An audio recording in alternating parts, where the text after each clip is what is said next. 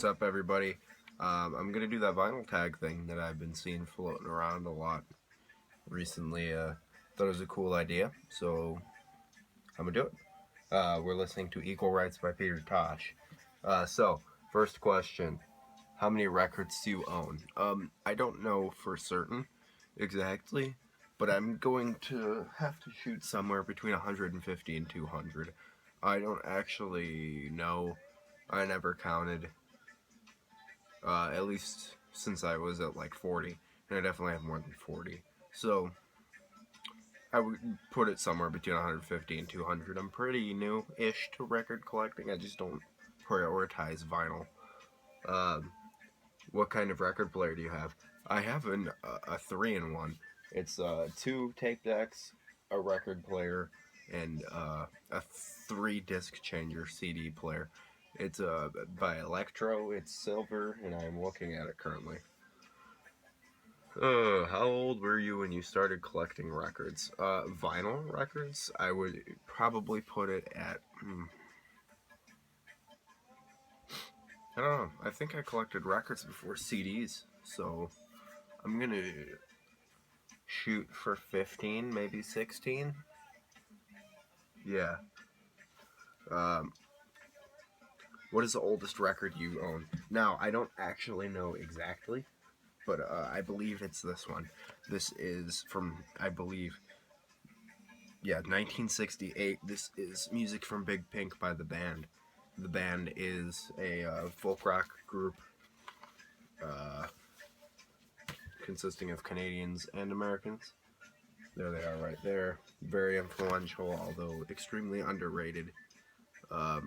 Killer act, too. I would say it's this one, 1968. This is their second album. Next. What is the... Okay, what is the first record you ever got? Right here. One More from the Road by Lynyrd Skynyrd. Lynyrd Skynyrd has a near and dear place to my heart. It's double LP. First one I ever got, I was at a flea market up in Portage, Wisconsin, and this was there for like $5 in really nice shape, and I got my parents to pick it up for me, and here we go. Didn't ever think it would sprout to be what it is now. Next, when you got, what is the first record you got with your own money? I don't know exactly, because I used to get like big piles when I went to the record shop, but this is the one of the earliest piles, so I pulled this one out. This is Fire on the Mountain by the Charlie Daniels Band. It's like a bluegrass southern rock band. Look at those guys. Don't even screw with them. There's Charlie. No, that's not Charlie. Charlie's right there. Yeah. Charlie Daniels Band, Fire on the Mountain.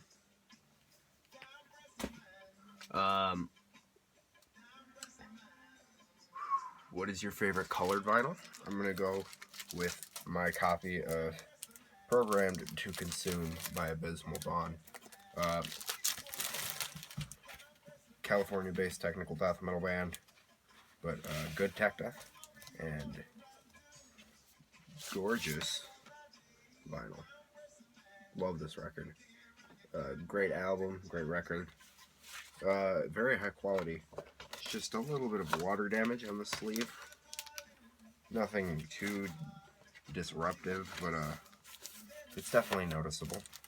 But yeah, that is probably my favorite colored vinyl that I own. Next.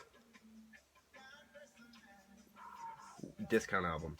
This one, I'm going to give it to this one because I got this LP for $6 and I saw it marked for $79.95 at my local shop. This is Effigies of Evil by Hooded Menace. Hooded Menace is a Finnish death doom band. Very good band. Very cool art. Very death doom looking. Nice gatefold. Black vinyl, so I'm not going to pull it out. Most of these are all black vinyl. If not, I will mention it, and then I will continue to remove said sleeves so you can see the vinyl. So yeah, Effigies of Evil by Hood and Menace is my discount album. $6, can't believe it. Next, prized possession. That would be this. This is Ungentle Exhumation by Cryptopsy, signed by their entire current lineup. Cryptopsy is a Canadian brutal tech death band, and this is, I believe, their debut EP on clear vinyl, 7-inch with a nice Cryptopsy label. Very, very cool to own. I got it for $10 at the show. Met the singer. He's a top quality human being. Next, a record by a female artist. Now, because of my love of folk music, I have quite a few of these. But I chose this one. This one is Hijira by Joni Mitchell. Joni Mitchell is a Canadian folk singer, and she's great. I heard about her through her many works with people like Bob Dylan and the band, and the likes. And yeah, she's top quality. If you like folk, you should definitely check out Joni Mitchell. Crosby, Stills, Nash. She's friends with Neil Young, obviously. The band, Bob Dylan, all those guys, all good friends of Joni. So check out Joni if you have not. Michael Ackerfeld from Opeth is a huge fan. A record by your favorite band. Now, this isn't my favorite record by my favorite band, but I feel like this one doesn't get as much love as it deserves. So, Sabotage by Black Sabbath, my favorite band of all time. No questions asked. This one doesn't get the recognition it deserves. I mean, it's got widely considered one of the first thrash metal songs ever on it, which is Symptom of the Universe. It's also got Megalomania, Hole in the Sky, Thrill of It All this great, The Writ. Awesome. This is a great album. All around, amazing. Ozzy is dressed really swaggily, but whatever. So, that is Sabotage by Black Sabbath. An Impulse Buy. This one. Impulse Buy. This is Barghest with the Virtuous Purge. This is a Louisiana-based black and death metal band, very sludgy at points. I saw it at a shop that I was at for very, very cheap. Black vinyl. Yeah, Black Death from Louisiana, very cool. I saw it said anti-human, anti-life, so I thought it was going to be war metal. It's close, but it's not. It's Black Death with a lot of sludge. And I feel like you could get into this if you're into Black Death and just extreme music and in its entirety. Next is a gift. I got this from my local shop. They had it in there for cheap, and he just gave it to me, because, I don't know why, but Still Break the Oath by Merciful Fate. Couldn't believe it. Oh my god. I don't need to take it out, but yeah, Merciful Fate's Don't Break the Oath. This is an iconic record. This is so important to metal, it's not even funny.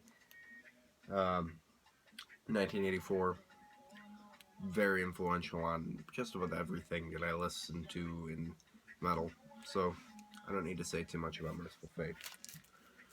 Next is Most Played. I don't actually know what my most played is, but I listened to this one for a long time, and I know it very well because of that. This is Demons and Wizards by Uriah Heep. This is a great progressive rock band, in my opinion. One of like the 4 pioneering acts in British first wave metal. You know, you get the Uriah Heep, Black Sabbath, Deep Purple, and Led Zeppelin basically pioneering an entire sound that makes nerds like me have something to do in their spare time with YouTube. So Uriah Heep, you gotta check out songs. The Wizard, Rainbow Demon, Traveler in Time, stuff like that. It's great stuff. Poet's Justice, killer record. Uriah Heep kills it. Next is a rarity. Now, I never hear anybody talk about this album Like, I feel like it should. I'm not too big on thrash, but I genuinely love this album. This is a Ed Repka album cover too. I just realized that.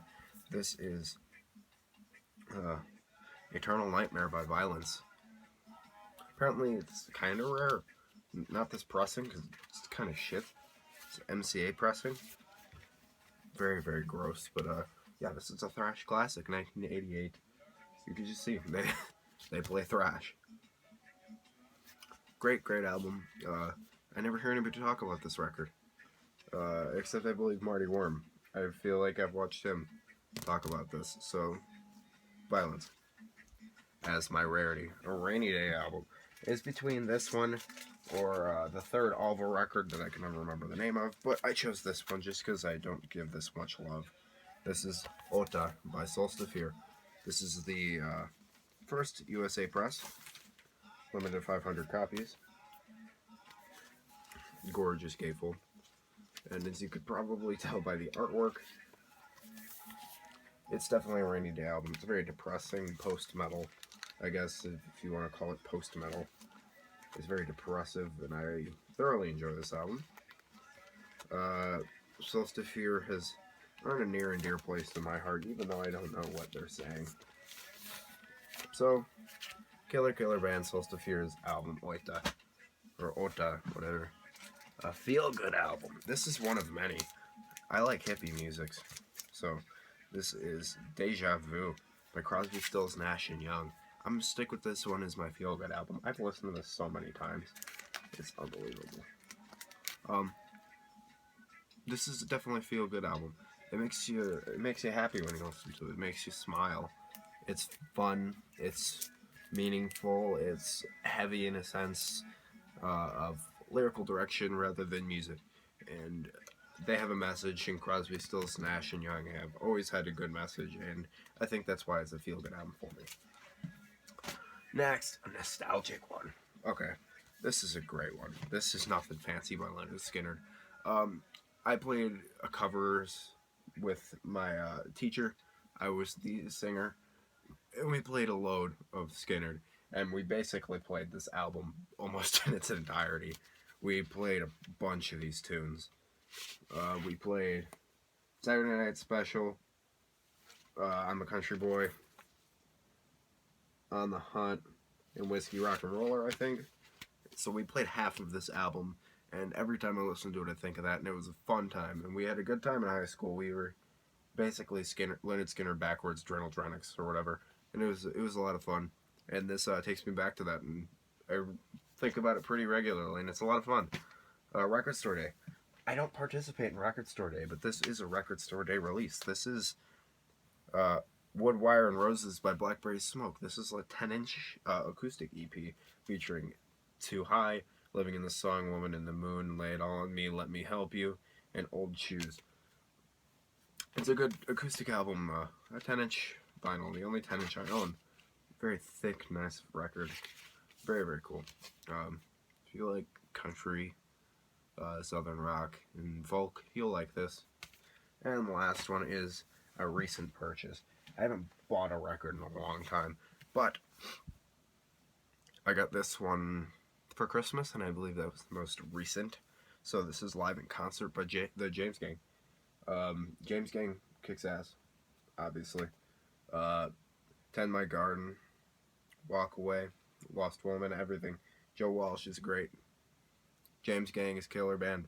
So yeah, that's it for this vinyl tag. If any of you guys feel the need to do a tag and reply, I will hopefully get to watch it. So keep it greasy. I hope you enjoyed mine.